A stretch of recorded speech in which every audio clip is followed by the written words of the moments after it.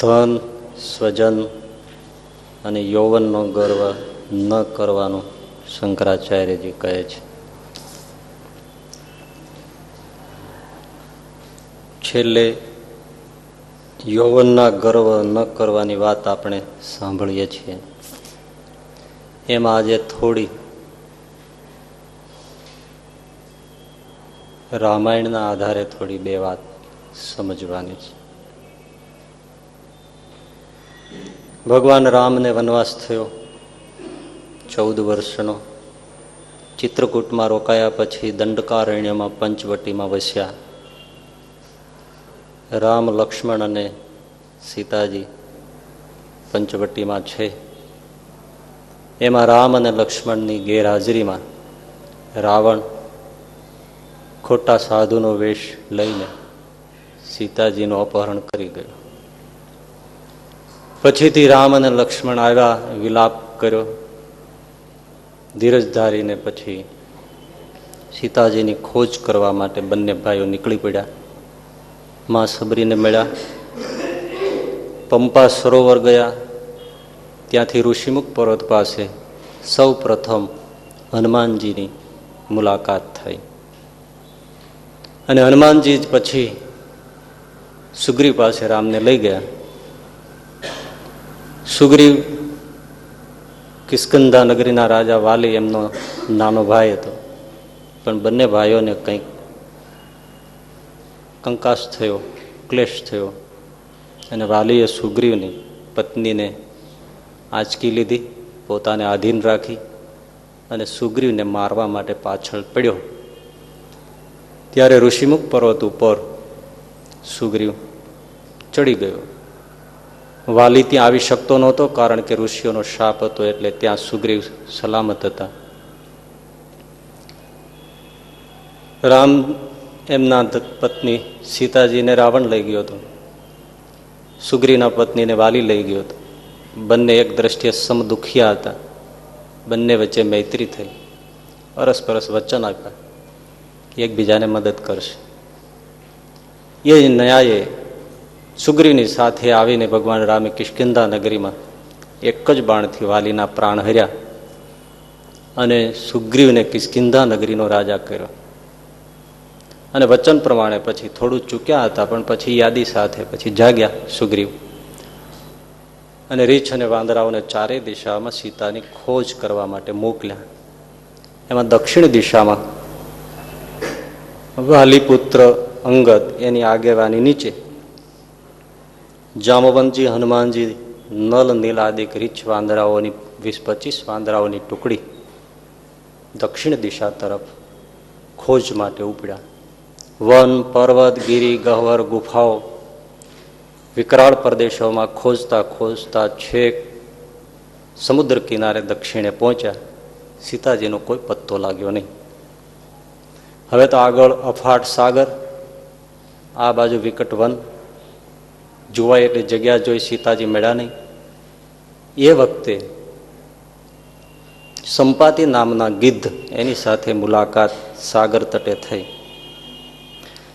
એ જટાયુનો ભાઈ હતો અને સંપાતિ એમ કહ્યું, ગિદ્ધની દ્રષ્ટિ તો ખૂબ દૂર જોઈ શકતી હોય છે, એટલે સંપાતિએ કહ્યું કે હું જોઈ શકું છું કે લંકામાં અશોક વાટિકામાં સીતાજી બેઠા છે. તમારામાંથી આમાં જો કોઈ જાય તો એની મુલાકાત કરી શકે અને સંદેશાની આપ લે પણ કરી શકે. હું તમને મદદ નહીં કરી શકું, પણ આટલી મદદ થઈ શકે, કારણ કે મારે પાંખ નથી. હું વૃદ્ધ થયો છું, પાંખો બળી ગઈ છે. આંખથી મદદ કરી શકું છું, જોઈ શકું છું, એટલે પાંખ નથી એટલે ઉડીને કંઈ કરી શકતો નથી, નહીતર બધું કામ હું પૂરું કરીને આવત. એવો એ શક્તિશાળી હતો. પણ મારી પાસે આંખ છે, પાંખ નથી. એટલું કહી સંપાતિ નીકળી ગયા. હવે આ રીછ વાંદરાઓ બધા વિચાર કરે છે કે 400 ગાઉનો સાગર પાર કરવો કઈ રીતે અને કોણ કરે. ત્યારે કોઈ એમ કહ્યું કે ભાઈ હું જાઉં ખરો, પણ 100 ગાઉ જઈ શકું પછી દરિયામાં પડી જાઉં. કોઈએ કહ્યું હું 200 ગાંવ જાઉં અને પછી દરિયામાં પડી જાઉં, મારી શક્તિ ખલાસ થઈ જાય.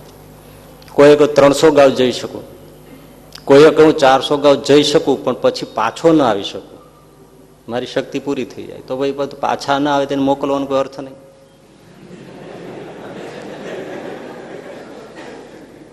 અંગદે એમ કહ્યું કે હું 400 ગાંવ સાગર કૂદી જાઉં એ મારામાં શક્તિ છે, પાછો પણ આવી શકું એ મારામાં શક્તિ છે, પણ એક ખતરો છે, ભય છે. રાવણનો દીકરો અક્ષય છે, એને ને મને બેને ઋષિનો શાપ છે કે અમારે બંનેની 4 આંખ પેળી થાય, એમાં 2માંથી એકનું મૃત્યુ થાય. કોણ મરે એ નક્કી નથી. અક્ષય મરી જાય તો કોઈ વાંધો નથી,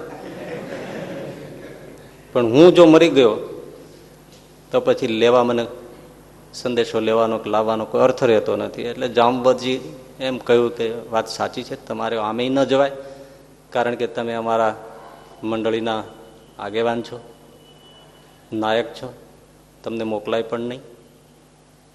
ત્યારે જાંબવતજીએ પણ કહ્યું કે હવે હું પણ ગરડો થઈ ગયો, નહીતર મારામાં અમાપ શક્તિ હતી એ તમે સૌ કોઈ જાણો છો. જ્યારે બલિને છેતરવા માટે ભગવાન વામન રૂપ ધરીને એની પાસે આવ્યા અને પછી વામનમાંથી વિરાટ થયા અને 7 લોકનું શરીર વધાર્યું, ત્યારે જાંબવતજી કહે છે મેં એક ઘડીમાં એટલે 24 મિનિટમાં 7 લોક જેવડું ભગવાન વામનનું શરીર હતું એને મેં 24 મિનિટમાં એક ઘડીમાં 7 પ્રદક્ષિણા કરી હતી. એટલી મારામાં તાકાત છે. પણ હવે હું વૃદ્ધ થયો છું એટલે હું પણ જઈ શકું તેમ નથી. જોકે જાંબવતજી એની આ નમ્રતા છે. એ ભાંગ્યું તો ભરૂચ લંકાના યુદ્ધને જો તમે ક્યાંય વાંચ્યું હોય કે જોયું હોય તો ખ્યાલ હશે કે જાંબવતજી એક જ ગદા રાવણના જાંઘ ઉપર મારી હતી, રાવણને રથમાં મૂર્છિત કરીને ફેંકી દીધો હતો. એ તો વધારે માર્યો નહીં, નહીં ત્યાં રામાયણ પૂરી થઈ જાય. એટલે બાકી રાખવું પડે ને થોડું થોડું બધું. પણ યુવાનોને ચાન્સ આપવો જોઈએ. બધું ગરડાઓ બધે ગરડાઓ ગોઠવાઈ જાય તો આપણે શું કરવું જોઈએ? એટલે તમારે યુવાનોને બધાને એમ હોય કે આપણે ક્યાંક કરવું છે તો ગરડાઓ પછી હોય. એટલે જાંબવતજી કહે છે હું ન જઈ શકું, પણ સારી ભાષામાં કહ્યું. યુવાનોને એમ થાય કે વાત સાચી છે, ગરડા થયા છે, પણ બધા જાણે છે કે આ જાંબવતજી કોણ છે. પણ એક હનુમાનજી ચૂપ છે, કશું બોલતા નથી, એમ જ બેઠા છે, વાતો સાંભળે છે પણ કંઈ બોલતા નથી. ધ્યાનસ્થ જેવી અર્ધ ધ્યાનસ્થ મુદ્રા. જાંબવતજીનું ધ્યાન ગયું કે અરે બાપ હનુમાન તું ચૂપ કેમ છો? અહીંથી યુવાનોને બોધ લેવાનો છે. પહેલો મુદ્દો એ છે કે શક્તિ હોય પણ યુવાને બહુ બડાઈ કરવી નહીં, ચૂપ રહેવું. ઘણા બહુ બડાઈ કરતા હોય છે. એક જણો એની પત્નીને કહેતો હતો મારા હાથમાં જો આ ભારત દેશનું સુકાન હોય તો આખા દેશનો ચહેરો બદલી નાખું. અને પત્ની એવા દાંત કાઢે, એવા દાંત કાઢે. દાંત શું કાઢે છે? રિયલ કહું છું તને, મારા હાથમાં જો આ દેશનું સુકાન હોય તો આખા દેશનો ચહેરો બદલી નાખો. પત્ની ખડખડાટ દાંત શું કાઢે? દાંત ના કાઢે તે શું કરે? શું પેલા લેંઘો તો બદલો સવારથી, પેલા પાયજામો લેંઘો તો બદલો, સવારથી અવળો પહેર્યો છે.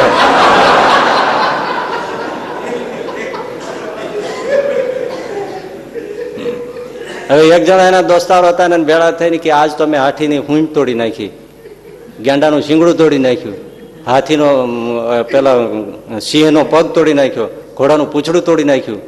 એટલે પેલો કે પછી દુકાનવાળા, રમકડાની દુકાનવાળા મને બહાર કાઢી મૂક્યો. હવે આપણને એમ લાગે કે શું કરીએ હોય છે. પછી કે રમકડાની દુકાનવાળાએ મને બહાર કાઢી મૂક્યો. માર્યો તો એ બોલ્યો નહીં, માર્યો જ હોય ને, આટલું નુકસાન કર્યું હોય એને મૂકે દુકાનવાળો. અને ઘણા આ જો પરિણા પછી છે ને પેલું વર્ષ હોય ને ત્યારે પુરુષ બોલે ને પત્ની સાંભળે, નિયમ જ છે. અને આ એવી હાંકતો હોય છે ભાઈ, વધારે તમને ખબર હોય, અમને કઈ ખબર ના હોય. ખબર નહીં હોય શું બોલતા છે.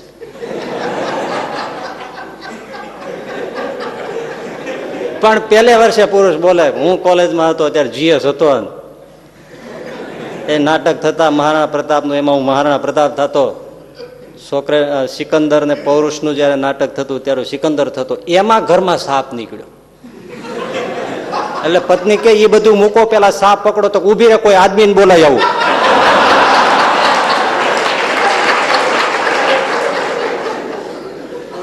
હવે આથી શું હશે વિચાર માગે એવો પ્રશ્ન છે. એટલે પહેલે વર્ષે પુરુષ બોલે પત્ની સાંભળે, બીજે વર્ષે પત્ની બોલે ને પુરુષ સાંભળે. પેલા એ બોલવાનું હોય. હવે પછી આને કે બોલવા જે હોય ને રિયાલિટી બધી ખુલ્લી પડી ગઈ હોય. છે ખાંડ છે, ચા છે, કઠોળ છે ગેસનો બાટલો છે, છોકરાના શરીર ઉપર ચડ્યું છે. પછી એને સાંભળવાનું ને હવે બોલવાનું. ત્રીજે વર્ષે પત્ની ને પત્ની બે બોલે ને પાડોશી સાંભળે.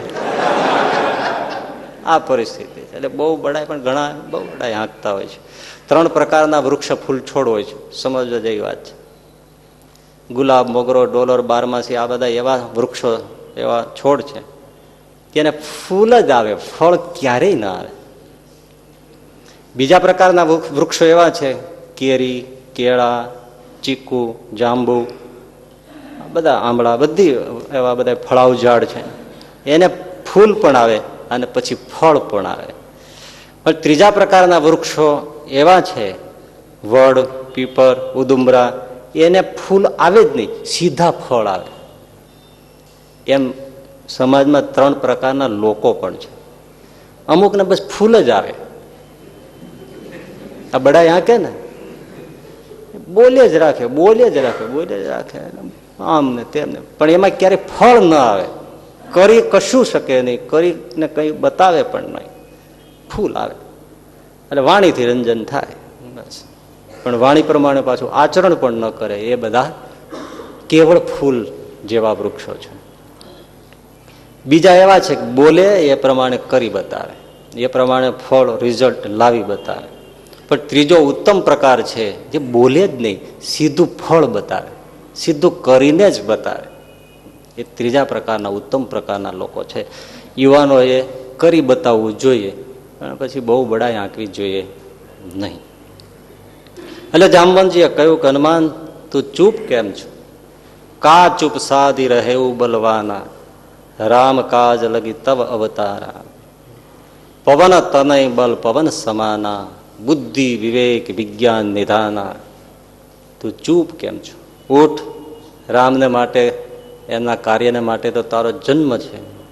પવન તનય બલ પવન સમાના, તારા બાપ જેવી તારામાં તાકાત છે, પવન જેવી. તારાથી જ કામ થશે, અને તું ચૂપ કેમ છો? સુનત હિ ભય એવું પર્વતાકારા, કનક બરંત તેજ બિરાજા, માનહું અપર ગિરિન્ન કર રાજા. જાણે હિમાલય ડુંગરો ઉભો થયો એવું વિશાળ હનુમાનજીનું સુવર્ણનો ડુંગરો હોય એવું શરીર ધારણ કર્યું, અને એક જ ગર્જના મારી ત્યાં ધરતીને આકાશ ધ્રુજવા માંડ્યા. હવે હનુમાનજીની આટલી તાકાત છે.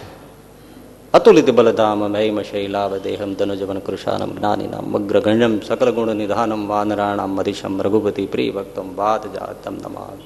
બુદ્ધિશાળા પણ એવા જ છે ને, મનોજો મારું તુલ્ય વેગમ જીતેન્દ્રિયમ બુદ્ધિમતામ વરિષ્ઠ. અતુલિત બલધામ છે. આટલી શક્તિ હોવા છતાં ચૂપ, અને કાંઈ ન હોય ને છતાં બડબડ બડબડ બડબડ બોલતા. શક્તિ હોય અને ચૂપ રહેવું એ દુષ્કર છે. અને જો એ સાધી લે તો એના જેવો કોઈ વંદ્ય પુરુષ નહીં. પછી એ શક્તિ કોઈ પણ હોય, શારીરિક હોય, બૌદ્ધિક હોય, પછી વિત્તીય હોય એટલે આર્થિક સંપત્તિ હોય, કોઈ પણ સત્તાની શક્તિ હોય, અમાપ શક્તિ હોય, છતાં માણસ બડાઈ ન કરે તો હનુમાનજીની જેમ પૂજનીય ગણાય. અને હનુમાનજી અતુલિત, કોઈ આંકડો આપ્યો નથી. અતુલિત, તુલી ન શકાય, માપી ન શકાય, પણ છતાંય માપવાની આપણા મનમાં એક આઈડિયા હોય તો એમ કહી શકાય કે 1000 ઘોડાઓ અશ્વો એનું જેટલું બળ એટલું એક છૂટા ગીરી ગહ્વરોમાં ફરતા મદ જરતા, એમાંય મદ જરતા હાથી, એમાં તાકાત હોય. 1000 ઘોડાની તાકાત, બળ ભેળું કરો એટલું એક મદ જરતા હાથીમાં તાકાત. એવા 10,000 હાથી મદ જરતા ભેળા કરો એટલી બળ તાકાત ઇન્દ્રના ઐરાવત હાથીમાં છે. અને એવા 1,00,000 ઐરાવત હાથીનું બળ ભેળું કરો એટલું બળ એકલા ઇન્દ્રમાં છે. અને એવા 10,00,000 ઇન્દ્રનું બળ ભેળું કરો એટલું બળ દધીચી ઋષિના હાડકામાંથી બનેલા વજ્રમાં છે. 10,00,000 ઇન્દ્રની ભુજાઓનું બળ એ દધીચી ઋષિના કેડના અસ્થિમાંથી બનેલું વજ્ર, એમાં તાકાત છે. કેટલા? 10,00,000. 10,00,000 ઇન્દ્રની બળ એ દધીચી ઋષિના વજ્રમાં, હાડકાની બનેલા વજ્રમાં છે. એવા 1 કરોડ વજ્ર એટલે 10,000 કરોડ હાથી થયા. 10,000 કરોડ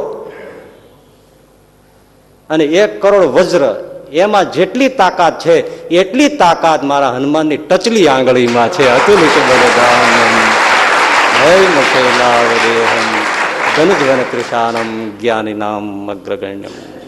આટલી તાકાત. હવે સમગ્ર દેહનું તમે કેલ્ક્યુલેશન કરી લેજો.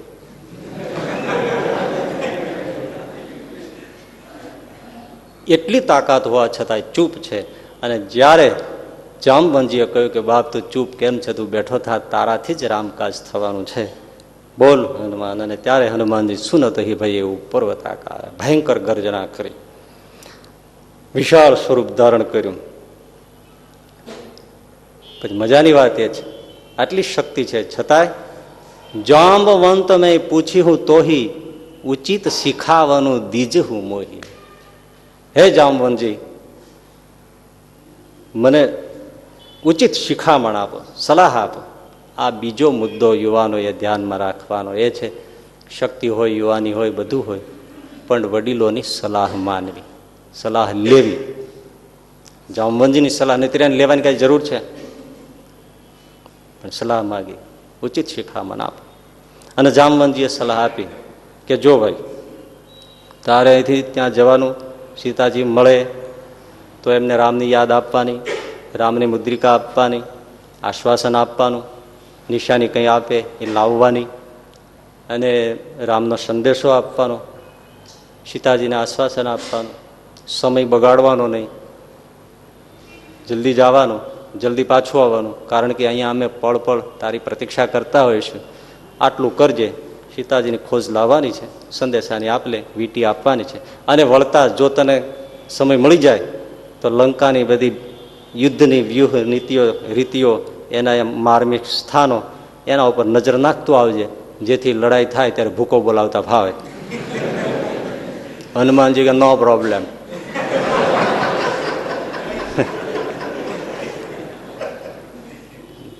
પછી હનુમાનજીએ કહ્યું કે ઓય કાજુ મોહી હર્ષ વિશેષી. મને અંદરથી જ કંઈક હરખ થાય છે. મારે ભાઈઓ સાંભળો કે કામ અવશ્ય થશે. કોઈ કાર્યનો પ્રારંભ કરીએ અને આપણને અંદરથી જ હરખ થાય ને તો સમજવાનું કાર્ય સફળ થશે. અને શરૂઆત કરતા પહેલા જ મર્યા મરશું થાય જ નહીં, ભલી વાર ના થાય. પછી પહેલેથી જ અંદર હરખ થાય. ઓય કાજુ મોહી હર્ષ વિશેષી, મને અંદરથી જ હરખ થાય છે, કાર્ય અવશ્ય થશે. આને આ સાચામાં સાચું આ સુકન છે, અંદરથી હરખ થવો છે. પછી હરખ પદુડા જુદા, એ ઓળખતા આવડવું જોઈએ. એ એચપી કહેવાય, હરખ પદુડા.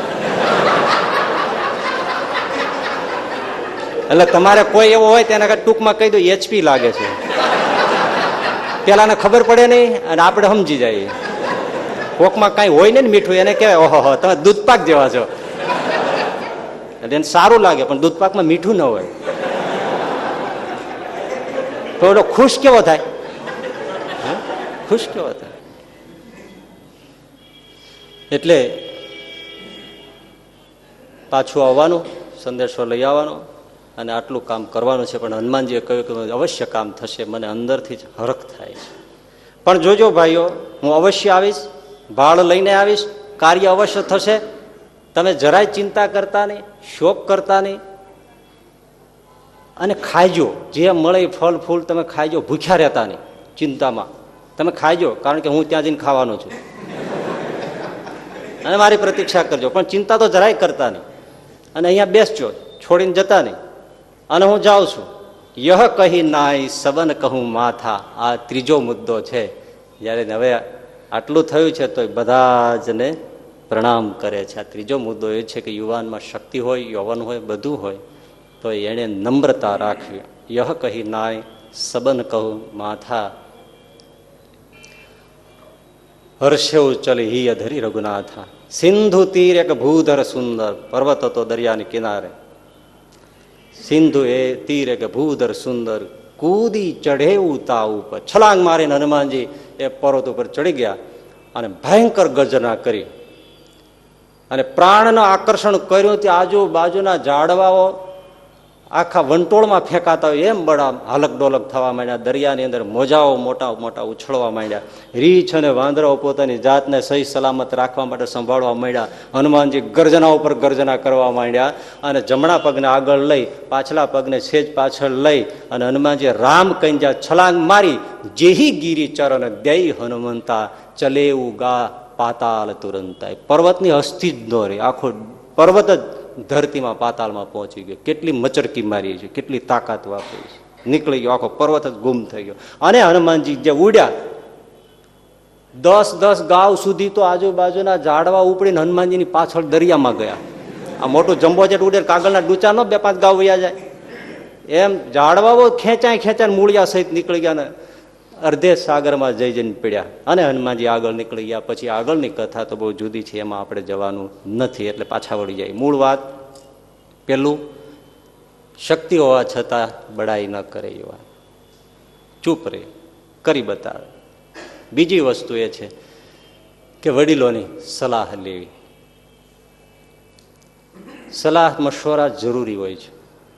5 જણાને પૂછીને કાંઈ કર્યું હોય ને, નિષ્ફળ થવાય ને તો કોઈ બોલે નહીં. કોને કહે? પછી કોઈ એમ તો ના કહે કે અમને પૂછ્યું નહોતું. ન પૂછ્યું હોય તો બધા ચડી બેસે. પૂછ્યું તો પણ હવે જે મોટા ભાગ કહેવાય એ બધાને પૂછ્યું હોય, પછી કઈ બોલે? એમને જ નાખ્યા હોય, કઈ બોલે નહીં. અને જો સફળ થઈ જાય તો બીજી વાર નડે નહીં. એટલે પૂછવામાં ફાયદો છે. અને ત્રીજો ફાયદો એ છે, 2-5 જણા જે કંઈક કહેવાતા હોય એને પૂછી લેવાથી અમુક વસ્તુઓ આપણને બધી નજરમાં ક્યારેય નથી આવતી હોતી. બસ સામાન્ય હોય તો આપણાથી છૂટી જતી હોય. એ સાથે બેઠા હોય, ચર્ચા થાય તો ઝીણી ઝીણી વાત કદાચ ઉપયોગી એમાંથી આપણને મળી જતી હોય છે.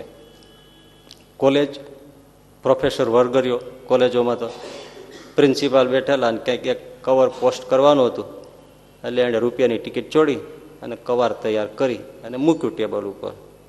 ત્યાં બીજા પ્રોફેસર આવ્યા, એમણે જોયું, અરે પ્રિન્સિપાલ સાહેબ આ શું કર્યું? કેમ? કવર 50 પૈસામાં જાય છે, તમે રૂપિયાની ટિકિટ ચોડી દીધી. હવે ઓછાની નિશાની કરીને 50 પૈસાને લગાડો. પ્રોફેસર વર્ગ, વિચારશીલ પ્રાણી, ઓછાની માઇનસની નિશાની કરીને 50 પૈસાની ટિકિટ લગાડી, કવર મૂક્યું. ત્યાં ત્રીજા પ્રોફેસર આવ્યા, અરે તમારું લોકોનું ગણિત આટલું બધું કાચું. માઇનસની નિશાની કરીને 50 પૈસાની લગાડી, હવે ઇક્વલ બરાબરની કરીને 50ની બીજી લગાડો, ત્યારે દાખલો પૂરો થાય. મને શું ખબર તમારું આટલું ગણિત કાચું હશે. એટલે આઈને ઇક્વલની નિશાની કરી, બરાબરની કરીને 50 પૈસાની ટિકિટ પાછી ચોંટાડી અને પછી પટ્ટાવાળાને બોલાવ્યો. આલે આ કવર પોસ્ટના ડબ્બામાં નાખ્યા. પટ્ટાવાળો જોઈને કે અરે સાહેબ આ તમે શું કર્યું? ઓલરેડી પોસ્ટનું કવર 50 પૈસાનું છે જ, આમાં ટિકિટ લગાડવાની જરૂર જ નથી. સામાન્ય માણસને જે સૂજે છે એ પ્રોફેસર વર્ગને સૂજ્યું.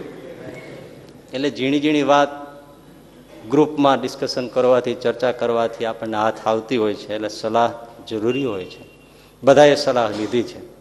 શ્રીજી મહારાજ પણ કોઈ ઉત્સવ સમયે આ તે હોય ત્યારે મુક્તાનંદ સ્વામી, ગોપાળાનંદ સ્વામી, બ્રહ્માનંદ સ્વામી, નિત્યાનંદ સ્વામી આ બધા સંતોને બોલાવે અને ચર્ચા કરે. નહીં તો એને કોને પૂછવાની જરૂર છે? ગટગટનો સ્વામી છે, અનંત કાળને જોઈ શકે છે, જાણી શકે, એના હાથમાં છે બધું. છતાંય પૂછે કે સ્વામી શું કરશું? તમે કહો એમ કરીએ. ક્યાં કરવું, કેમ કરવું, શું ઠીક લાગશે, એ આપણને શીખવાડે છે કે હવે પૂછવું જરૂરી છે. ભગવાન શ્રી કૃષ્ણ પણ પૂછતા. બહુ સરસ મજાનો પ્રસંગ છે. જરાસંધના કેદખાનામાં કેટલાય રાજાઓ કેદ હતા. એમણે પોતાના રુધિરથી દ્વારિકા ઉપર ભગવાન શ્રી કૃષ્ણને પત્ર લખ્યો. હે પ્રભુ, હે દેવકીનંદન, તમે અમારો ઉદ્ધાર કરો, અમારો ઉગારો કરો. આ પાપી દુષ્ટ જરાસંધ અમારી જેવા નાના મોટા રજવાડાઓના 10,000 રાજાઓને ભેળા કરી અને નરમેધ યજ્ઞ કરવા માગે છે. શ્રીફળની જગ્યાએ અમારા માથા કાપી કાપીને યજ્ઞકુંડમાં હોમવાનું એનું આયોજન છે. અને આવું કરીને એ પોતાની શક્તિઓનો વધારવાનો કંઈક પ્રયોગ છે, પણ અમારો ભોગ લેવાય છે.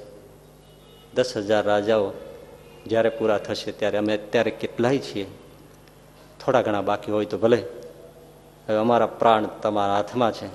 અશ્રુભની આંખે અમે તમને પ્રાર્થના કરીએ છીએ. તમારા સિવાય અમારે કોઈ નજરમાં આવતો નથી કે અમારો ઉદ્ધાર કરો. હવે એ પત્ર જે વાંચી રહે દૂત દ્વારા આવ્યો એ જ વખતે હસ્તિનાપુર એટલે દિલ્હીથી ધર્મરાજ યુધિષ્ઠિરનો પત્ર લઈને દૂત આવ્યો કે મહારાજ અમે રાજસુ યજ્ઞનો પ્રારંભ કરવા માગીએ છીએ, આયોજન કરવા માગીએ છીએ, તો આપ જલ્દી પધારો.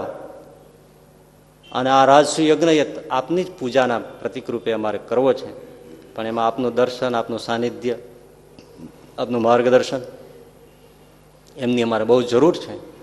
માટે તમે આ પત્ર મળેલા સત્વર તમે હસ્તિનાપુર પધારો એવી અમારી હૃદયની ભાવભીની વિનંતી છે. બેય પત્ર એક સાથે ક્યાં જવું? બધા મંત્રીઓ આ તે બધા બેઠા.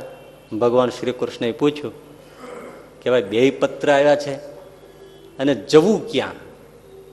બલરામજી તો એક ગાન બે કટકા, તરત જ એમણે પોતાનો અભિપ્રાય આપી જ દીધો. એ કે મહારાજ કનૈયા, આ યજ્ઞ બજ્ઞ વાત જવા દો, આપણા માટે તો યુદ્ધ જ યજ્ઞ. અને જરાસંધ જેવા આ બધા કાંટાઓ કહેવાય પૃથ્વીના, એટલે એને ઠેકાણે પાડીને સાફ કરી નાખીએ. એને સાફ કરવા માટે તો આપણે આવ્યા છીએ, માટે એને ચોખ્ખો કરીને ઠેકાણે પાડીએ, રાજાઓને બંધનમાંથી મુક્ત કરીએ. અને ક્ષત્રિયોને નાતે એ પહેલો પત્ર આવ્યો છે, એ રાજાઓને કેદમાંથી છોડવાનો એ જ આપણા માટે યોગ્ય છે. એટલે આપણે ત્યાં માટે ઉપડી જવું જોઈએ અને એમાં વિલંબ કરાય નહીં. તૈયાર થઈ જાઓ. મોટા ભાઈ બલરામ મોટા ભાઈ એટલે સલાહ આપી શકે, આદેશ પણ આપી શકે. અને ભગવાન શ્રી કૃષ્ણએ જુદા જુદા બધાની સલાહ લીધી. એટલે પછી હવે એક તો વાત એવી છે કે બલરામ બોલે પછી કોઈની હિંમત હોય બીજો મત આપે. કોઈ મંત્રી એમ પછી એમ કહે કે ભાઈ આપણે ત્યાં નથી જવું, એમ કોઈ બોલી શકે? ઉદ્ધવજી ભગવાનના કાકા હતા, પાછા મંત્રી પણ હતા, એ કઈ બોલતા નતા. એમની સામે ભગવાન શ્રી કૃષ્ણએ જોયું કે આપનું કેવું શું થાય છે? ત્યારે ઉદ્ધવજીએ કહ્યું કે મહારાજ માફ કરજો, પણ મારો મત બલરામથી વિરુદ્ધ છે. બોલો, આ નિડરતા ને ધન્યવાદ છે ને.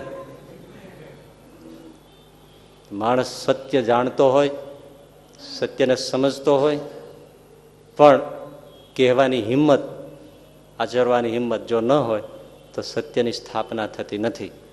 આજે દુનિયામાં સત્ય તો ઘણા જાણે છે, લખાય છે, બધું જાણે છે, પણ કાં કોઈ કહી શકતા નથી, કહે તો પછી કરી શકતા નથી. મારો મત વિરુદ્ધ છે મહારાજ. બલરામજી પણ કંઈ બોલી ન શક્યા, એમ જોઈ રહ્યા.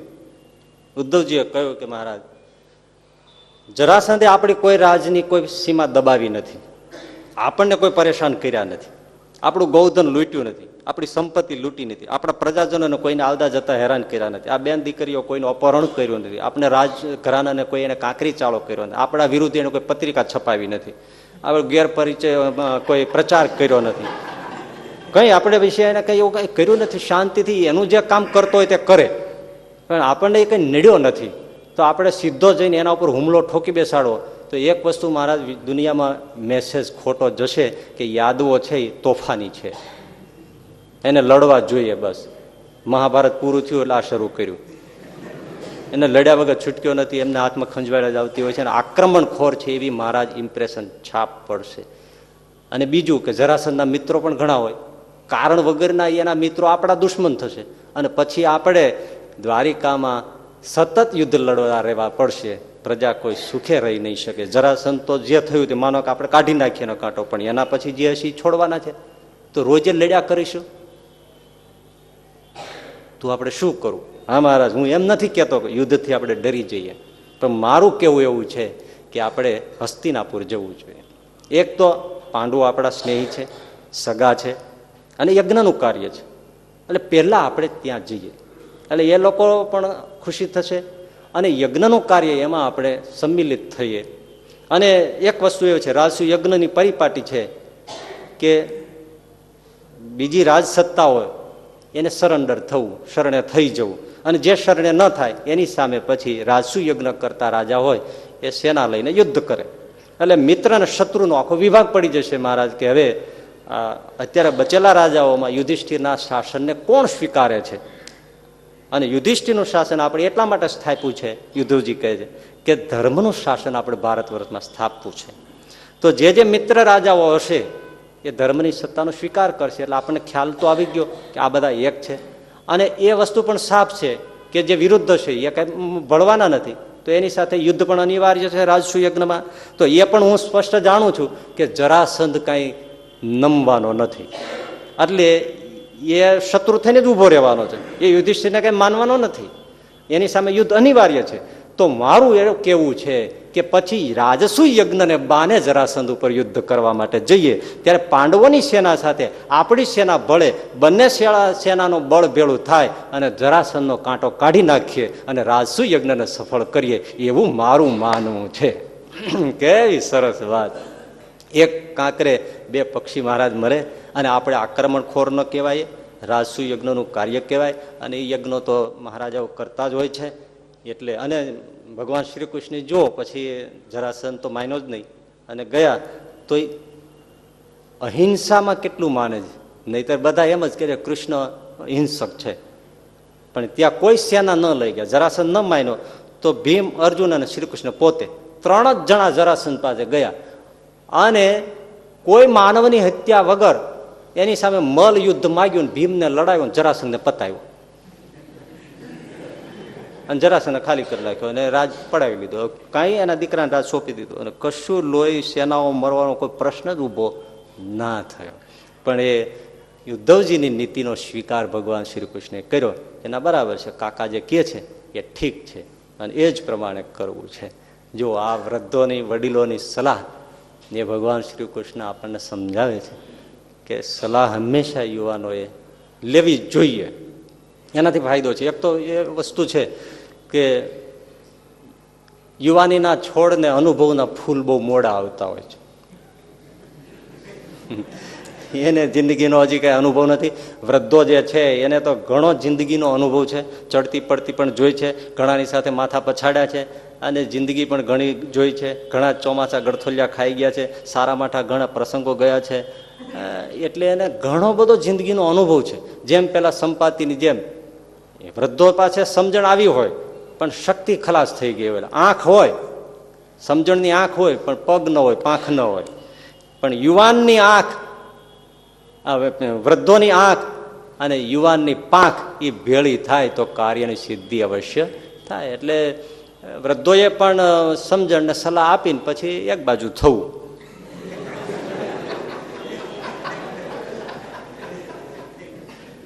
ઓલા તો જ સફળ થાય ને.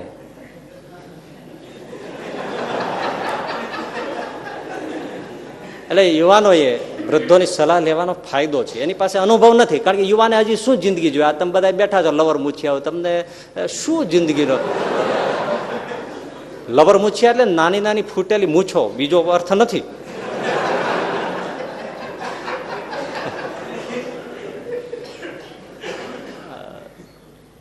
તો એને કઈ જિંદગી બીજી જોઈ નથી. એટલે શું થાય કે અનુભવ વગર ખાબકે કોઈ પણ પ્રસંગોમાં તો એ હાનિ થાય, સમય બગડે, શક્તિ હ્રાસ થાય, દિવસો બગડે, શક્તિ જાય અને છેવટે નુકસાન પણ આવી શકે છે. એટલે જેને જેનો અનુભવ હોય એને પૂછી લેવા વાંધો શું? એ ડાપણનું કામ છે. આપણે જે ગામ નથી ગયા અને આપણે રસ્તો જાણતા નથી તો પૂછી લેવું જોઈએ છે. જે જઈને આવે છે એને પૂછાય કે આ કેટલો રસ્તો છે, રસ્તો સારો છે કે નહીં, વચ્ચે બ્રિજ બીજ બધું સરખું છે કેમ, આ બધું પૂછી લેવામાં ફાયદો છે ને. એમને હેંડો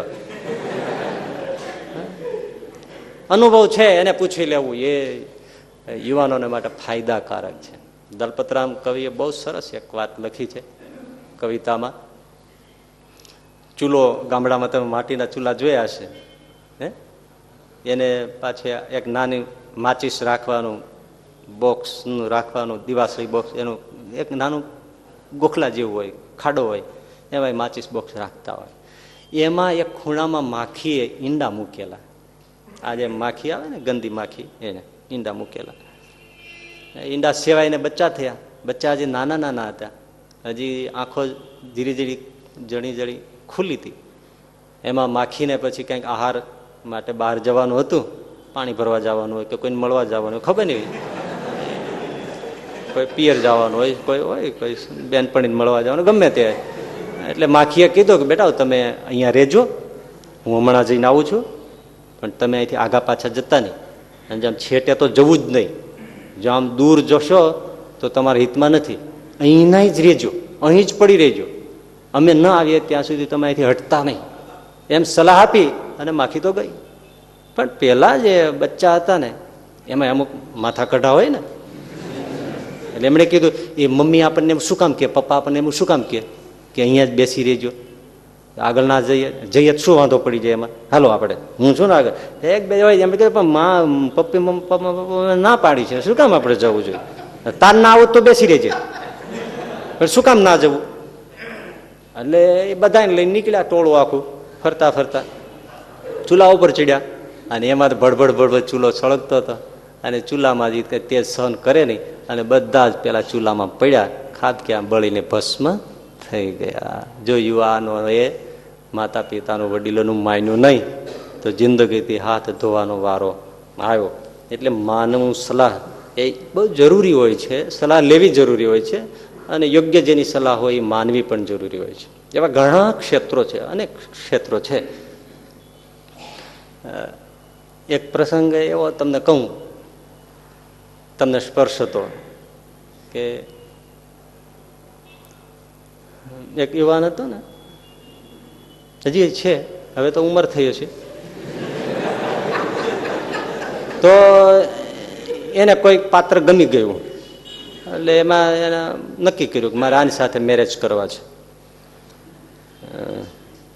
એટલે એને બાપુજીને પછી છેલ્લે કીધું કે મેં આ પસંદ કર્યું છે.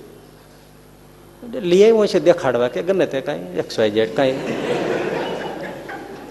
એટલે એના બાપ તો બહુ ઠરેલ બુદ્ધિવાળા, આ બધાના અનુભવ હોય જ. એટલે આમ જોઈને એ કે પેલી છોકરી ક્યાંક આગી પાછી ગયો કે પછી મૂકી આવ્યો હોય, પછી કીધું આની યાર લગ્ન કરતો નહોતું. કેમ પપ્પા ભાઈ?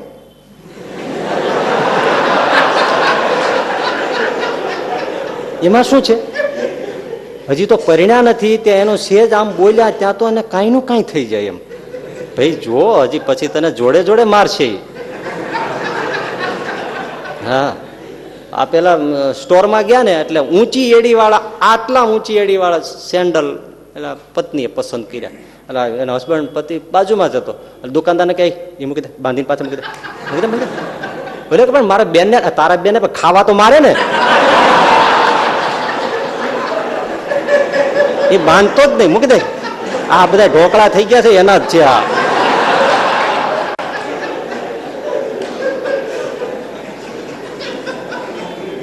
એટલે કે ના પણ હું તને સાચી સલાહ દઉં છું, આને તો તું પરણતો જ નહીં.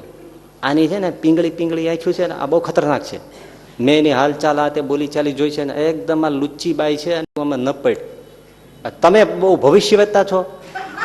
ભવિષ્ય વેતાની વાત નથી, આમાં છે ને નજરોના કામણ છે.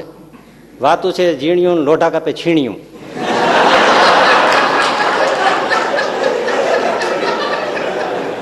તું આમાં પડતો નહીં, પછી કહેતો નહીં કે બાપાએ કીધું નહીં. એ બાપા તમારી ગણતરી જુદી છે, અત્યારે જમાનો બહુ ફોરવર્ડ થઈ ગયો છે ને તમને એમાં કશી ખબર ન પડે ને અમારે એના લેવલ હોય ની લેવલ પ્રમાણે લેવલ હોય. એ કે આ લેવલ કરી નાખશે તારું, તું રેવા દે. તું આ ન માન્યો, પરિણ્યો. અને એના કોઈ પરિવારની બધા અમેરિકા હતા અને પછી અમેરિકા જવાના વિઝાની તો ઓલરેડી તૈયાર જ હતા. થોડો વખત થયો એટલે અમેરિકા બે જતા રહ્યા.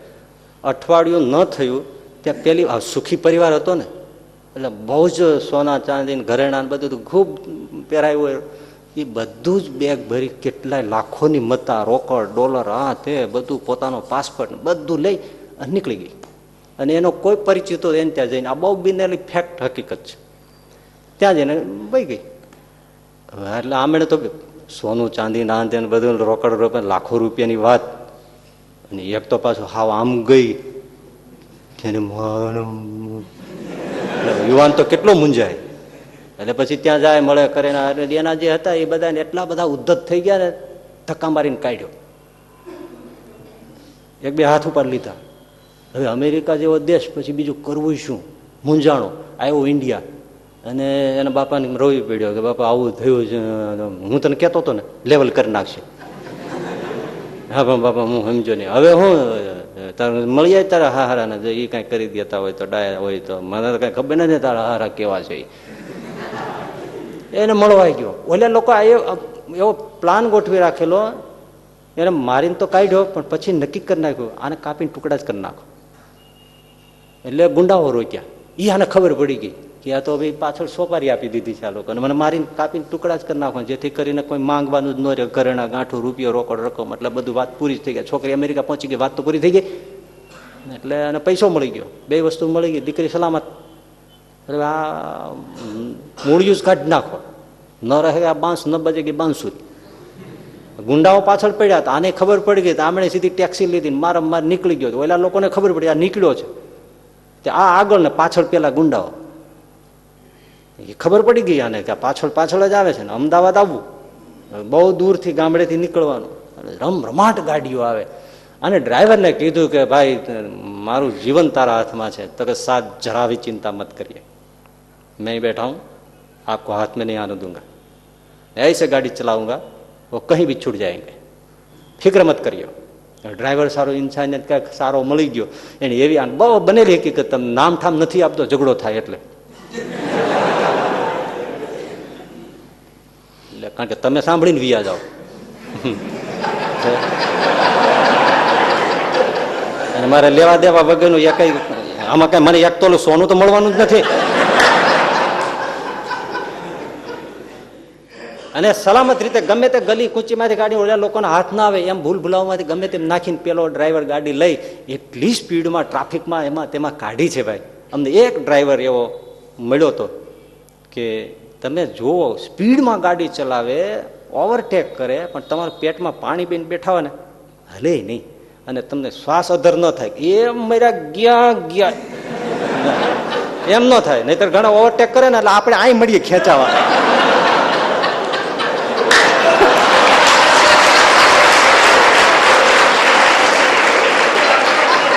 ઘણા હાંકતા હોય બહુ એવું હાંકે, ઈ બ્રેક મારે ને તો આપણે આમ સીટમાં મરી ભરાવે. હવે કેમ આ લાગતું હોય પણ આમ મંડે થવા એટલે આપણને ભયભીત કરી મૂકે. સીટ મળીએ પકડા, જાણે કેમ આમ ગાડી ઊભી રાખી દેવાનો હોય, આવું થતું હોય. ક્યારેક થયું હોય એટલે તમને કહું છું એમ. એટલે એવો સરસ ગાડી ચલાવી અમદાવાદ આવી ગયા. પણ અમદાવાદથી એરપોર્ટ જવાનું ત્યાં ખબર પડી ગઈ કે ઓલ ઓવર ઇન્ડિયામાં એને બધે જ ફોટા મોકલી દીધા છે કે આ માણસને ઇન્ડિયા છોડવા દેતા નહીં, હવે ક્યાં જાવ. એટલે પેલા ડ્રાઈવરને કીધું કે અબ ક્યાં કિયા જાય, બેઠીએ સાહેબ બેઠ જાય, મેં આપકો લે જાતા હું.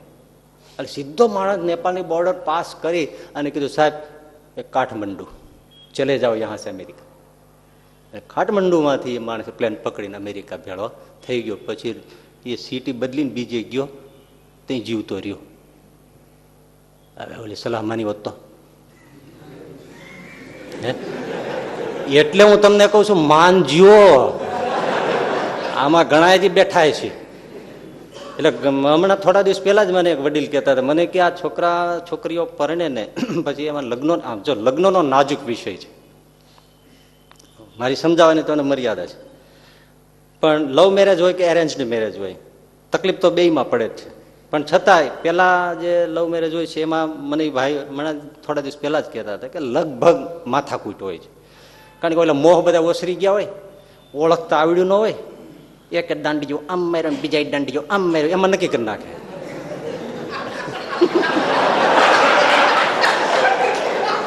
એટલે તમારે નવરાત્રીમાં 5 મિનિટમાં એક દંડીઓ આમ માર્યો એક દંડીઓ આમ.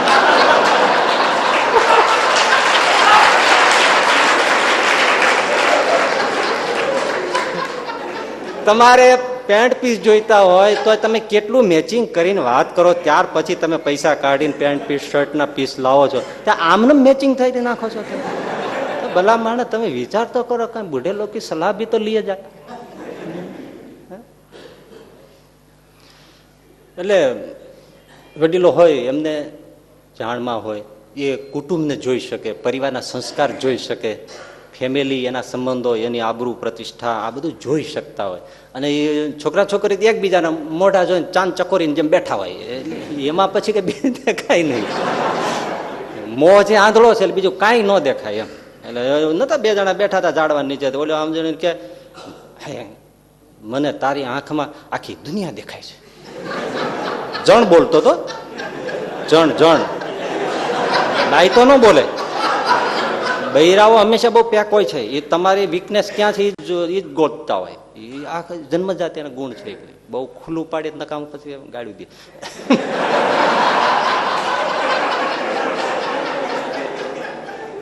ઓલો બેઠો કે મને તારી આંખમાં, એને શબ્દ વાપર્યો, મારે વાપરવો નથી પણ એ તમે જાણો છો, એ શબ્દ વાપરીને પછી એની વાત શરૂ કરી, મને તારી આંખમાં આખી દુનિયા દેખાય. હવે બનેલું શું, કાનજી કુંભાનો ગધેડો ખોવાઈ ગયેલો અને એ ઝાડવા ઉપર થાકીને બેઠેલો. તે ઈ કે એ ભાઈ જોવો ને મારો ગધેડો દેખાય છે ક્યાંય?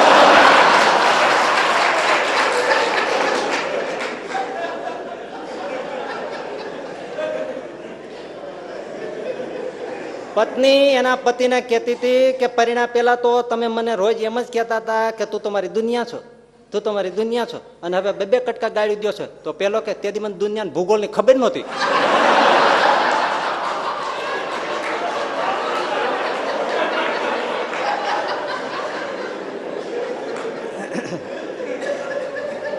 એટલે અત્યારે એકબીજાના મોહમાં યુવાનિયાઓ પરણી જતા હોય. આ મેસેજ આપણે એટલે આપે છે કે આ થોડા લોંગ ટાઈમ લોકોને જાણવા મળે કે આ બધા કોઈ યુવાનો સાંભળતા હોય છે તો ફસાઈ ન જાય, બરબાદ ન થાય. પછી એટલા માથા પછાડતા, આ મોવા પાછા અમારી પાસે આવે છે, અમે હવે આનું હું અમે એમાં શું કરીએ? તમે ભરાઈ પડ્યા અને પાછા શું કે સામે હવે મારે છૂટા છેડા લેવા છે. મેં કીધું કોઈ સાધુને કહેતો ને નકર ઈ ગોઠવાઈ જાય.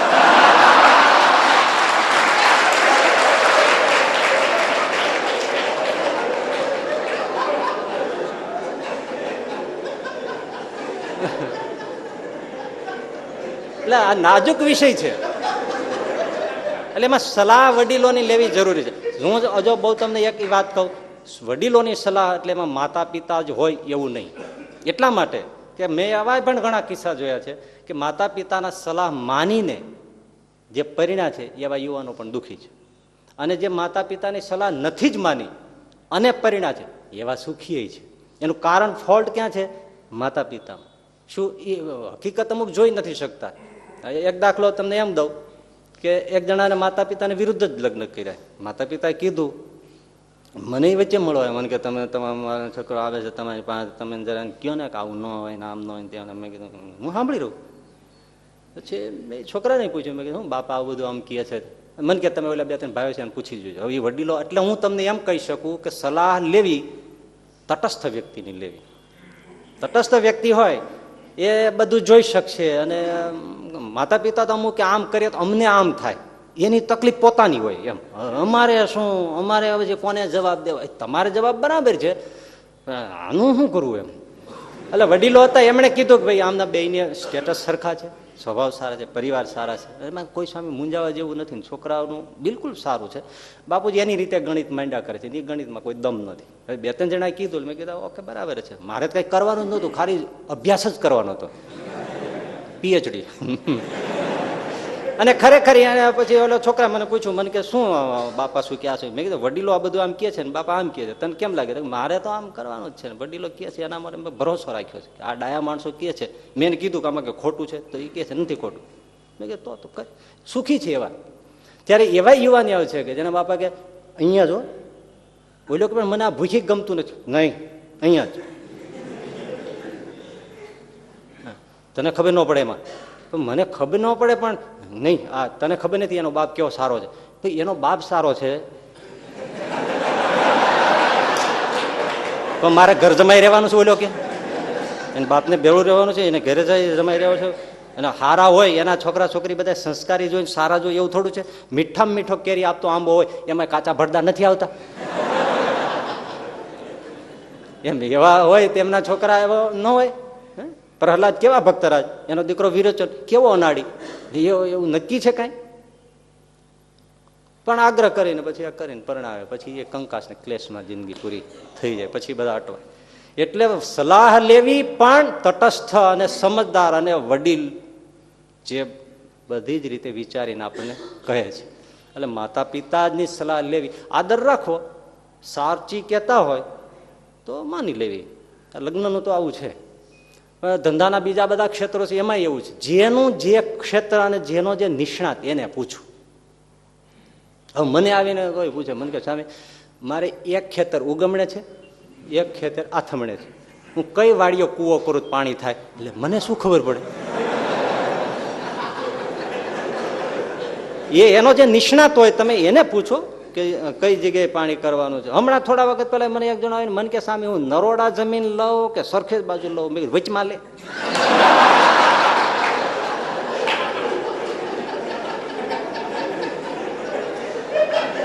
શું કેવું મારે? મને કે મારે આ ધંધો, મેં કહ્યું એ ધંધો મને ખબર હોય, તારે જે ધંધો કરવો છે એ ધંધો ક્યાં હાલે મને ખબર હોય, અને એવી ખબર હોય તો સાધુ થાત. ભલામણ હતા પૂછવાનું તો કઈ ઠેકાણ, કઈ ક્ષેત્ર જેનો જે હોય વિષય, જેનો નિષ્ણાત જે એને તમે પૂછો, એની પાસે જાઓ. આટી ગુટી હોય, પ્રાર્થના કરીએ, મુંજાયા હોય પછી એવું બધું અલગ સંતોની અમુક વાત છે એ બરાબર છે. એટલે જેનું જે ક્ષેત્ર, જેનો જે નિષ્ણાત એની સલાહ લઈએ તો જીવનમાં સફળતા મળે. એટલે સલાહનું આ એક યુવાનો માટે સલાહ જરૂરી છે, સલાહ લેવી જ જોઈએ. બીજો ગુણ છે એ નમ્રતા છે. પેલો બહુ બડાઈ ન કરવી. બડા બડાઈ ના કરે, બડા બોલે ને બોલ, હીરા મુખ સે ના બોલે, લાખ હમારા મોલ. કેવી સરસ વાત. હીરા મુખ સે ના બોલે, લાખ હમારા મોલ. બોલે નહીં. એટલે યુવાનોએ કરી બતાવવું, શક્તિનો સંચય કરવો, શક્તિને કેપેબિલિટીને ડેવલપ કરવી જેટલી વધે એના માટેના જે કાંઈ ક્રિયાકલાપ હોય એના ઉપર ધ્યાન આપવું. અને વડીલોનું, યોગ્ય વ્યક્તિનું સલાહ લેવી. અને જેની સલાહ યોગ્ય ન હોય પછી માતા પિતા હોય, બીજા પણ હોઈ શકે, તો એમનો પૂરો આદર, એમાં નમ્રતા રાખવી. એટલે બીજો મુદ્દો યુવાનો માટે છે એ નમ્રતા છે. જામવંત મેં પૂછ્યું તો એ ઉચિત શીખાવાનું બીજું મોહી. મને ઉચિત સલાહ આપો, મારે શું કરવાનું છે. અને પછી યહ કહી ના સંબંધ કહું માથા. બધાને નમ્રતાથી હનુમાનજી પ્રણામ કર્યા છે. નમ્રતા, યુવાનોને માટે નમ્રતા જરૂરી છે. વણમાગી પણ કોઈ સલાહ દેવા આવે તો એને ધીરજથી સાંભળે. વણમાગી તોય સાંભળ. એક જણ બધી પંક્તિ, પેલા તો જમણવાર આમ પંક્તિ બેસીને જમતા ને, બુફે તો હતું નહીં ને, હવે આવી ગયું છે. એ આખી મજા જ જુદી હતી ને. પીરસણીઓ પીરસતા હોય, ડોલું લઈ લઈને ફરતા હોય ને, આખી પંક્તિ બેઠી હોય, શ્લોકો બોલાતા હોય. કેટલું યજ્ઞ જેવું કામ હતું ને. અત્યારે જોડા પહેરીને બધા જમતા હોય. પછી કે બુદ્ધિ હારી નથી રહેતી, આમાં ક્યાંથી રહી છે? એક કે કાંઈ આમાં પવિત્રતાનું ઠેકાણું છે? પગમાં જોડા ચામડાના, કેડે ચામડાના બૂટ, મોબાઈલના કવર ચામડાના, એ બધું જે પહેર્યું હોય એ બધું ચામડાનું. હાથ પગ ધોયા હોય, ન ધોયા હોય, ઉભા ઉભા ખાવાનું, વાતો કરતા ખાવું. અહીંથી મરચું લે, અહીંથી કઢી લે, અહીંથી દૂધ પાક લે, અહીંથી કચોરી લે, અહીંથી પૂરી લે, અને હૃદા ગળદુલિયા ખાતો ખાતો જાય. એવું બધું ભેળું થાય. પોળમાંથી માગીને ભેળું કર્યું હોય એવું લાગે.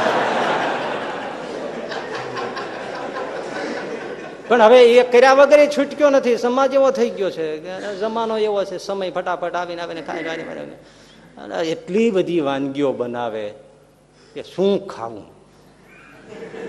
ઘણાને હાવ ખબર ન પડે, અથાણા પાપડ જે હોય ને એ ખાઈને વ્યા જાય. ધણી યારે ધીંગાણા તો રહી જ જાય. ચલો કરીને બહાર નીકળી જાય પછી ઓલો કે પેલા તો શ્રીખંડ ખાતો ક્યાં હતો.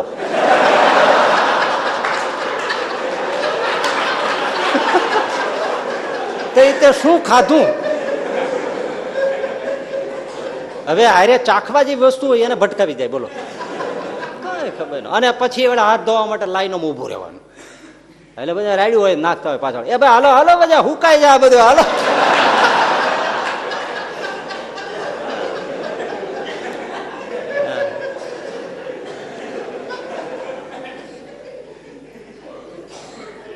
એટલે એક જણો બહુ રાડ્યું નાખતો હતો ને એટલે ઓલી પાછલા વાળો કે રાડ્યું શું નાખવા, આગલાની ચાળ હોય ને લૂછી નાખ ને.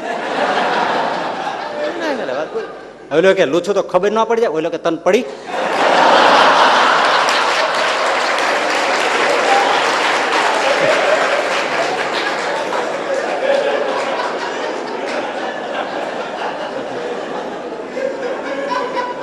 એટલે ઓલી પંક્તિમાં બધા આમ જમવા બેઠા હતા. એટલે એક જણો જમવા ત્યાં બાજુ વાળો હતો ને એ કે ભાઈ ત્યાં ઓલો કે શું વચમાં બકબક કરો છો, મને કોઈ જમવાનું વચ્ચે બોલે ને મને ન ફાવે. આપણે 25 રૂપિયા ચાંદલો કર્યો જમવાનું હોય એમાં તમે ટાઈમ બગાડો. આગળ ઓલા થાળી લઈને આવે વધુ કીધું બોલવાનું શું, આવા જમી જ લેવાનું હોય બધું. પછી પૂરું કરું પછી બધી વાત કરજો. હા જમવા જ માંડ્યો. પૂરું થયું ને પછી કે શું ભાઈ તમે શું કહેતા. કાંઈ નહીં મારે ત્યાં કહેવાનું તમે દાળ ભાત જમતા હતા ને એમાં માખી હતી. લે ખા ખા તું. એટલે સલાહ દેવા આવે તો ધીરેથી એને સાંભળવી એ એક ગુણ ખેડવા જેવો છે. સલાહ આપે તો વગર માગી ભલે આવે. ઇંગ્લેન્ડમાં બનેલી વાત છે. ઇંગ્લેન્ડની અંદર ક્રિકેટ વન ડે રમાતું હતું. નામ હું ક્રિકેટરનું ભૂલી ગયો કારણ કે એ બધા એના નામે પરદેશીઓને એવા હોય ને આપણને યાદ જ ના. રાખવાય શું કામ જોઈએ. આપણા દેશના નામ ન રાખીએ. ગોવિંદ માધવ મુકુંદ ભગવાન વારે નામ આવે. ઓઈલાનું શું હીટર પીટર ખીટર બધું રાખો. નામ લે તો જાજરૂ જવાની ઈચ્છા થાય. એવા નામ શું કામ બદલાવે. હવે હીટર પીટર એટલે શું વળી હીટર પીટર વીટર એ શું આપણે કંઈક ખાવા માંડે પેટમાં. બોલો એના કરતા નામ શું કામ આપણે યાદ રાખવાના. આપણે રાધે રાખવું શું કામ જોઈએ. એટલે એ બહુ એક પહેલી જ વાર ઇન્ટરનેશનલ ક્રિકેટની અંદર એક યુવાન ક્રિકેટર હશે એ પસંદગી પામ્યો છે. રમ્યો પણ બહુ સારું રમ્યો. એમાં કંઈક એને ભૂલ પડીને આઉટ થઈ ગયો. જામ્યો તો આઉટ થઈ ગયો. એટલે આંચકો તો લાગે, પોતાને લાગે, બીજાને લાગે. આ છે પછી વચ્ચે કંઈક થોડો સમય મળ્યો હશે મોકો તો એક બુઝુર્ગ વડીલ એ પેલા યુવાન ક્રિકેટર આઉટ થઈ ગયો હતો ને એની પાસે આવ્યા. એમણે કીધું બહુ સારું રમતા હતા, તમારી પાસે શક્તિ છે, પણ તમે જે આ બોલ હતો એને પારખવામાં આટલી ભૂલ કરી અને એને તમે જે શોટ માર્યો એ શોટ મારવામાં તમારી ભૂલ હતી અને પેલો અકળાઈ ગયો. હવે હાલી શું મળે ખબર ના પડે ને ઓડિયન્સમાં બેઠા બેઠા જોયા કરો. કોઈ દી હાથમાં બેટ પકડ્યું ના હોય. ઇન્ટરનેશનલ ક્રિકેટ ઉપર પીચ ઉપર ક્યારે તમે પગ મૂક્યો ને બધા સલાહ દેવા હાલે. સલાહવાળા કોઈ બેડ્યા નથી ને આવ્યા નથી ને સંભળાવ્યા નથી. હું તમને પૂછવા આવ્યો તો તમે વડીલા અહીંયા ઘૂસી ગયા છો. તે કેમ રમાય કેમ ન રમાય અમને ખબર હોય. તમે શું સલાહ દેવા હાલી નીકળ્યા છો. કોઈ દી બેટ પકડ્યા નથી, કોઈ દી ક્રિકેટમાં પગ દીધો નથી. પીચ ઉપર કોઈ દી ઇન્ટરનેશનલ ક્રિકેટ માનો આવી જાવ છો સલાહ દેવા. પેલો કે યુવાન શાંતિ રાખો, મેં બેટ પણ પકડ્યું છે અને અનેક ઇન્ટરનેશનલ ક્રિકેટ હું રમ્યો છું અને મારું નામ ડોન બ્રેડમેન છે. ઓસ્ટ્રેલિયાનો મહાન ક્રિકેટર આવે. ઓલો પછી પગમાં પડી ગયો. પણ તો પેલા એટલે ઉદ્ધત ન થવું, ઘમંડી ન થવું. સલાહ આપે તો સલાહને ઠંડે કોઠે માણસે સાંભળવાની એક આદત ટેવ આ ગુણ છે યુવાનોને. મહાગુરુ ધનજન યૌવન ગર્વ એ બધા પાસાઓને આપણે યુવાનોને કાંઈક દિશા મળે એના માટે આપણે ચર્ચા કરીએ છીએ કે જેથી યુવાનો છે એ કંઈક સાચી રાહ ઉપર આવે અને થોડું જીવનમાં કંઈક સમજે તો બહુ એને જિંદગી બહુ લાંબી કાપવાની છે. એટલા માટે આ બધું સમજવાનું છે. અને યુવાનો તો ઠીક છે પણ દરેકે કોઈક એવું ઠેકાણું નમ્રતાનું રાખવું છે. મતલબ કે ત્યાં દિલો દિમાગ આપણું નમે એના ચરણોમાં, એની પાસે, એનો બહુ ફાયદો હોય છે. જેણે એવું ગોતી લીધું હોય એને એનો જ અનુભવ હોય છે. પણ એવું કોઈ પાત્ર, કોઈ સ્થાન કે જ્યાં માણસ ઝૂકી જાય, નમ્ર થઈ જાય ને બધું જ ભૂલી જાય, પોતાની પદ, સત્તા, શક્તિ, વૈભવ, સંપત્તિ, એવું જીવનમાં હોવું જોઈએ. નમતા શીખવું જોઈએ. એ જીવનના એક સફળતા માટે બહુ જરૂરી છે.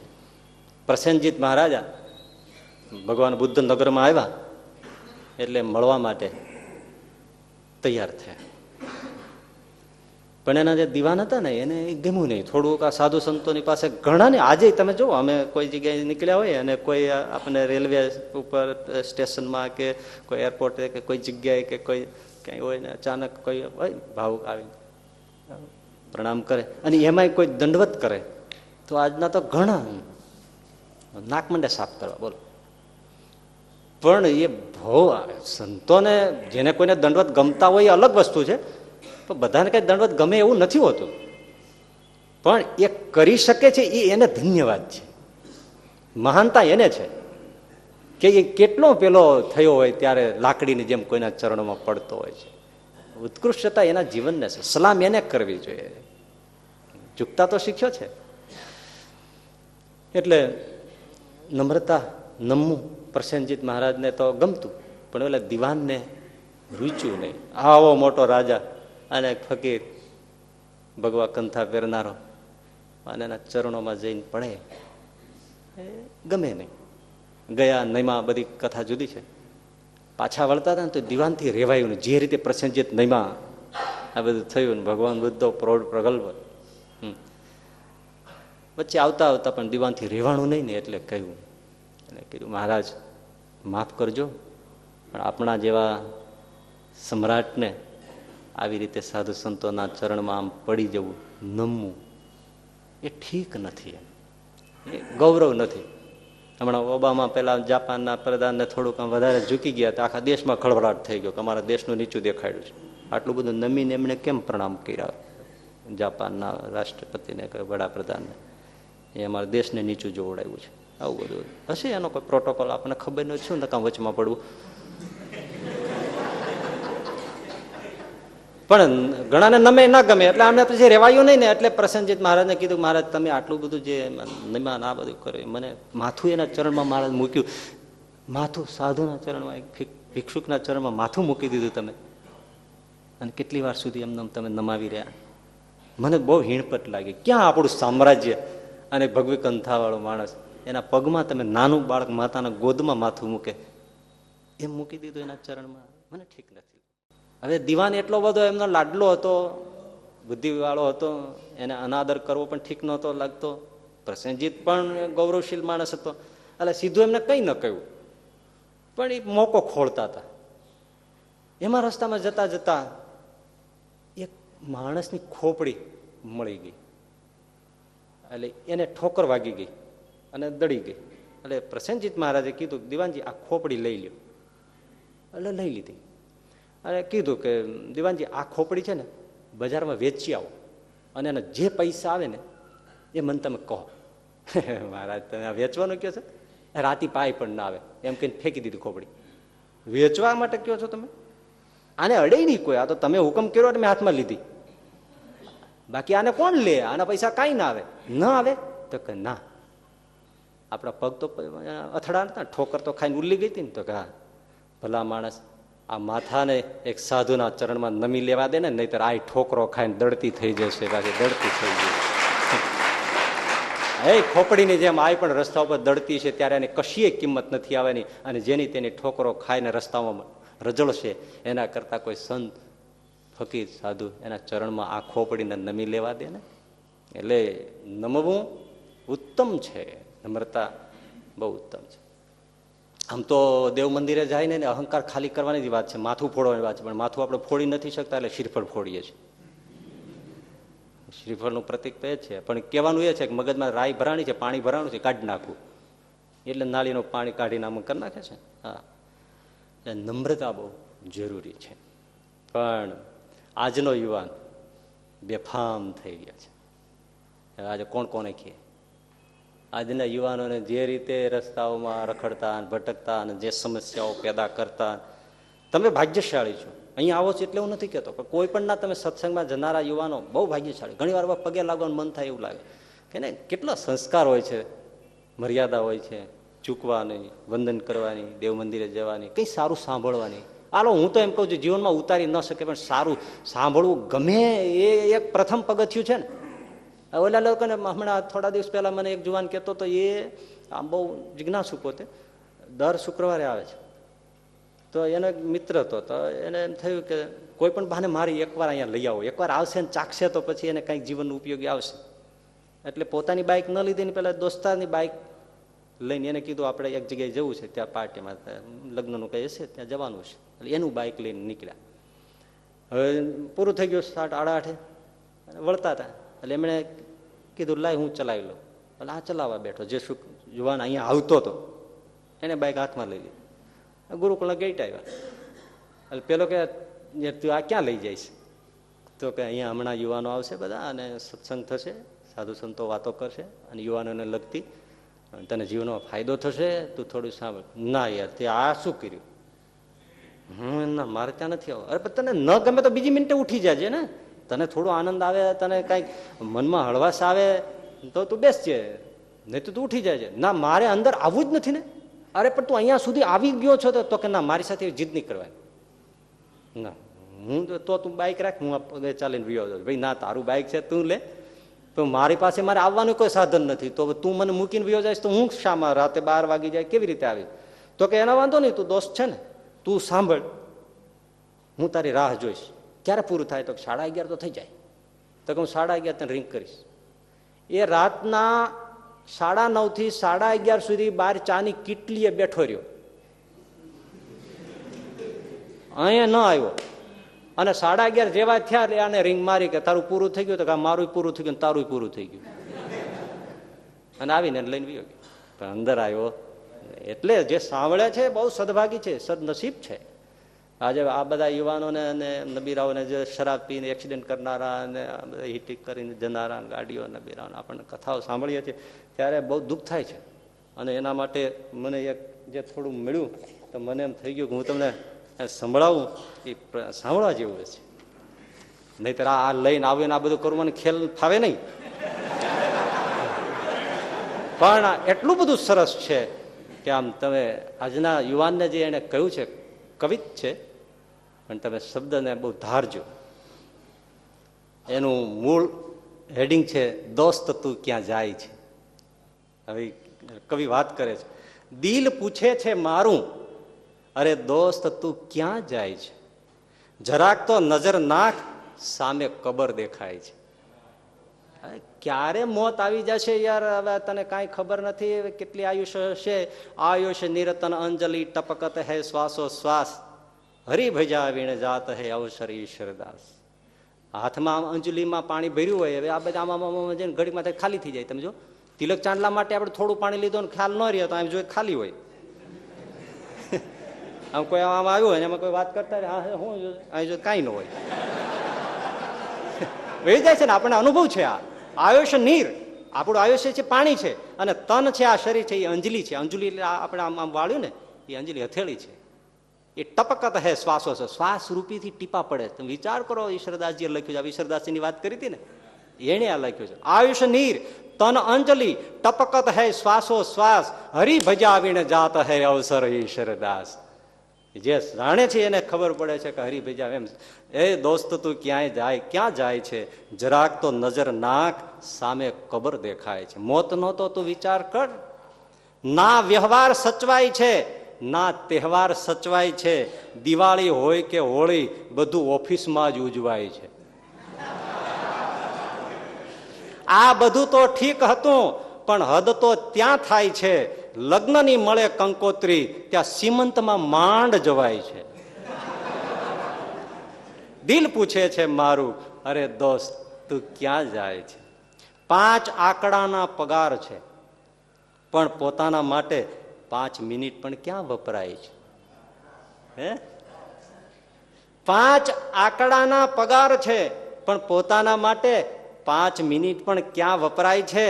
પૂજા પાઠ 2 મિનિટમાં પતાવાય છે અને પિક્ચરમાં 3 કલાક કેમ બેસાય છે?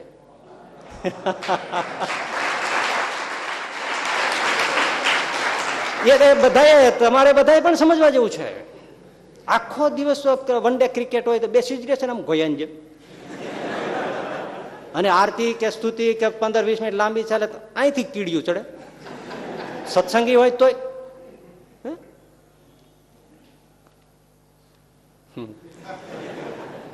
પૂજા પાઠ 2 મિનિટમાં પતાવાય છે અને પિક્ચરમાં 3 કલાક કેમ બેસાય છે? ફોન બુક ભરી છે મિત્રોથી, પણ કોઈના ઘેર ક્યાં જવાય છે? હવે તો ઘરના પ્રસંગો પણ હાફ ડે માં ઉજવાય છે. દિલ પૂછે છે મારું, અરે દોસ્ત તું ક્યાં જાય છે? કોઈને ખબર નથી આ રસ્તો ક્યાં જાય છે. કોઈને ખબર નથી કે આ રસ્તો ક્યાં જાય છે. થાકેલા છે બધા, છતાં લોકો ચાલતા જ જાય છે.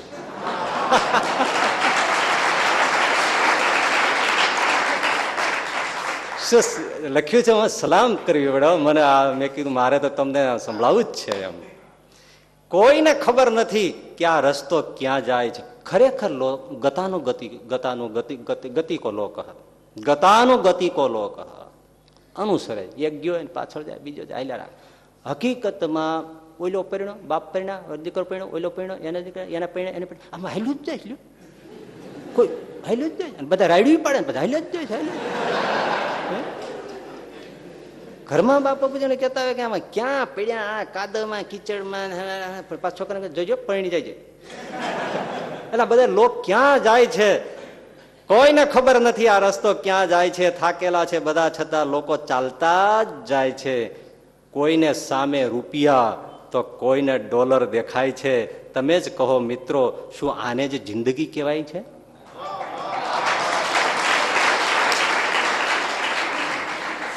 કોઈકને સામે રૂપિયા તો કોઈકને ડોલર દેખાય છે. તમે જ કહો મિત્રો, શું આને જ જિંદગી કહેવાય છે? દિલ પૂછે છે મારું, અરે દોસ્ત તું ક્યાં જાય છે?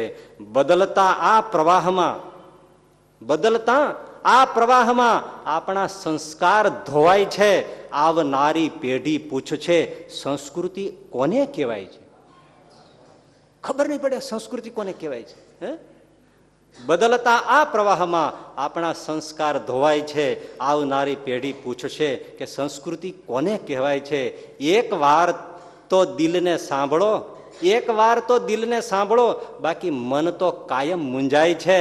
ચાલો જલ્દી નિર્ણય લઈએ, મને હજુય સમય બાકી દેખાય છે. બસ અરે દોસ્ત તું ક્યાં જાય છે?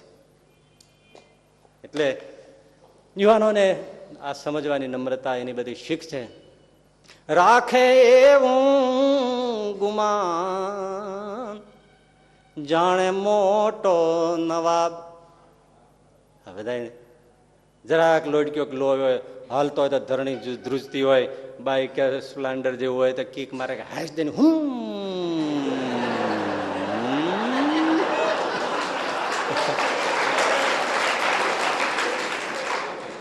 રાખે એવું ગુમાન. હાય મોટા બુલડોઝ કૂતરાને ચડાવ્યા મોટા ગોગલ્સ નાખ્યા હોય, જાફરા જેવા વાળ રાખ્યા હોય, આખે બટન ગુલા કરી નાખ્યા હોય, અને જીન્સના પેન્ટ તો વિઘાયકના લાંબા રાખ્યા હોય. ઘરમાં ફરતો જો સાવરણીની જરૂર જ ના પડે. અને આપણી સામે મદહોશ આંખોથી આમ જોતો એક જાણે આપણે એનો બાપ માર્યો છે. રાખે એવું ગુમાન જાણે મોટો નવાબ, પણ કાળ આવી કેશે તારા કાનમાં, તારે રેવું ભાડાના જીવ શાને ભરે છે ગુમાનમાં, તારે રેવું ભાડાના મકાન. માને મારું મકાન કર્યા રંગ ને રોગા, માને મારું કાન કર્યા રંગ ને રોગાન જાણે કાયમ લીધું છે વેચાણમાં તારે રેવું ભાડાના મકાન. એટલે શંકરાચાર્યજી કહે છે હરાતી નિમેષાત કાલ સર્વ. પેલાનો જમાનો ફૂટપાથ ઉપર બંગડી વાળો બંગડી વેચવા બેઠો હતો, થોડી બંગડી આગળ મૂકી છે. એ જમાને પ્લાસ્ટિકની નહોતી, બધી કચકડા કાચની આવતી અને બાજુમાં થેલી ભરીને પણ મૂકી હતી. એમાં પોલીસ વાળો આવ્યો, પોલીસ તો ગરમ જ હોય, આવીને જોરથી પેલી થેલી ઉપર લાકડી પછાડીને કે આમાં શું છે? હવે એમાં કાંઈ નથી.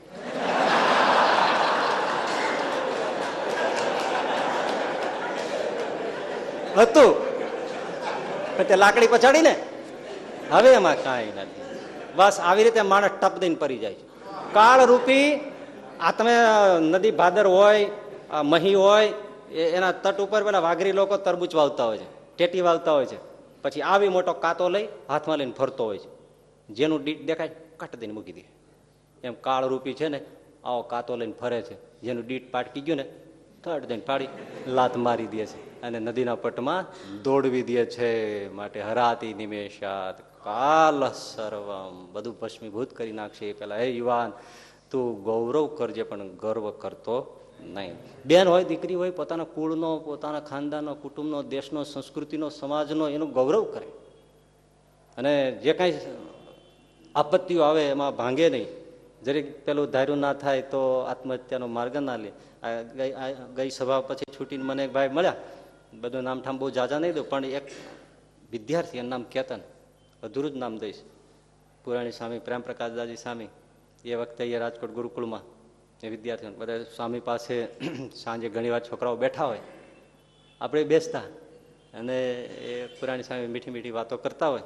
એમાં સ્વામી સમજાવતા હતા, પુરાણી પ્રેમ પ્રકાશ દાજી સ્વામી, કે ભાઈ શિક્ષાપત્રી છે, 212 શ્લોક છે, એમાં ઘણા મંગળાચરણના છે, ઘણા પછી પેલા છે, એ બધા ક્યાં આપણે પાળવાના નથી. પછી એમાં રાજાના હોય તો આપણે ક્યાં રાજાના પાળવાના છે? વિધવાના હોય તે આપણે પાળવાના છે? હે સધવાના એ આપણે ક્યાં પાળવાના છે? એ આપણે નથી પાળવાના. બ્રાહ્મણના પાળવાના નથી, સાધુના પાળવાના નથી, બ્રહ્મચારીના પાળવાના નથી, ધનાઢ્ય હો તો ધનપતિના અમુક લખ્યા છે એ પાળવાના હોય, એ પાળવાના નથી. ગ્રહણ આવે ત્યારે ગ્રહણના પાળવાનો હોય, મરણ થાય તો સૂતકનું પાળો. રોજ તો કાંઈ આ બધા પાળવાના, બધા તાળ કાઢવા જ માંડો તો થોડાક વધે. એટલે એક છોકરો કે હા સ્વામી, આ આત્મહત્યા ન કરવી એ ક્યાં આપણે પાળવા?